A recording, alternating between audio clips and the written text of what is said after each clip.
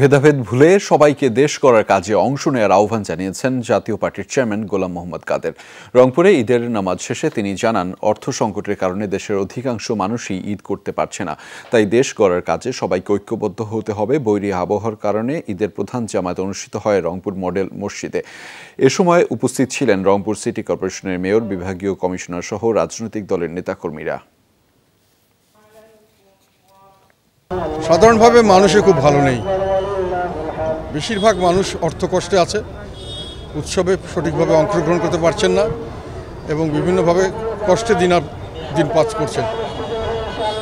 আমাদের যারা সচ্ছল, মনে করি যাদের সামর্থ্য আছে তারা তাদের পাশে দাঁড়াবেন। দেশের মানুষকে সবাইকে নিয়েই আনন্দ উৎসব করলে সেটাই হলো প্রকৃত উৎসব।